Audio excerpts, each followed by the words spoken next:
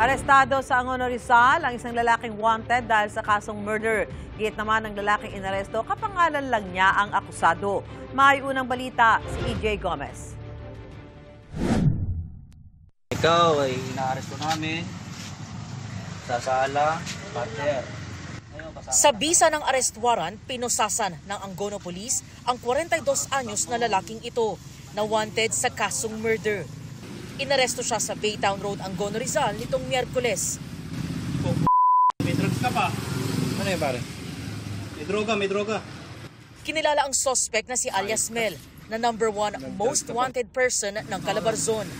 He was involved in cases of illegal drugs in 2020.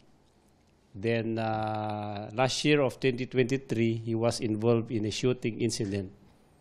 Napatay niya yung isang gwardiya gamit ang isang beril. Base sa investigasyon ng pulisya, sa inuman nangyari ang pamamaril noong nakaraang taon. Itinanggi ng akusado ang paratang na pagpatay. Kasi po ako po hindi tumitikim ng alak. Ako hindi nagiinom. Pero nagda-drugs? Oo.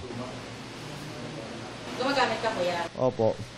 Giit niya, kapangalan lang niya ang totoong namaril. Sumama po ko sa kanila para malinis ang aking pangalan. Hindi po para magtago o manlaban sa kanila tungkol sa kasong inaharap sa akin.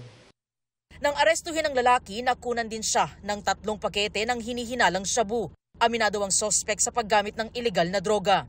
Sa custodial facility ng Angono Municipal Police Station, nakakulong ang akusado na nahaharap sa kasong murder at paglabag sa Comprehensive Firearms and Ammunition Regulation Act. Sasampahan din siya ng reklamong paglabag sa Comprehensive Dangerous Drugs Act. Ito ang unang balita.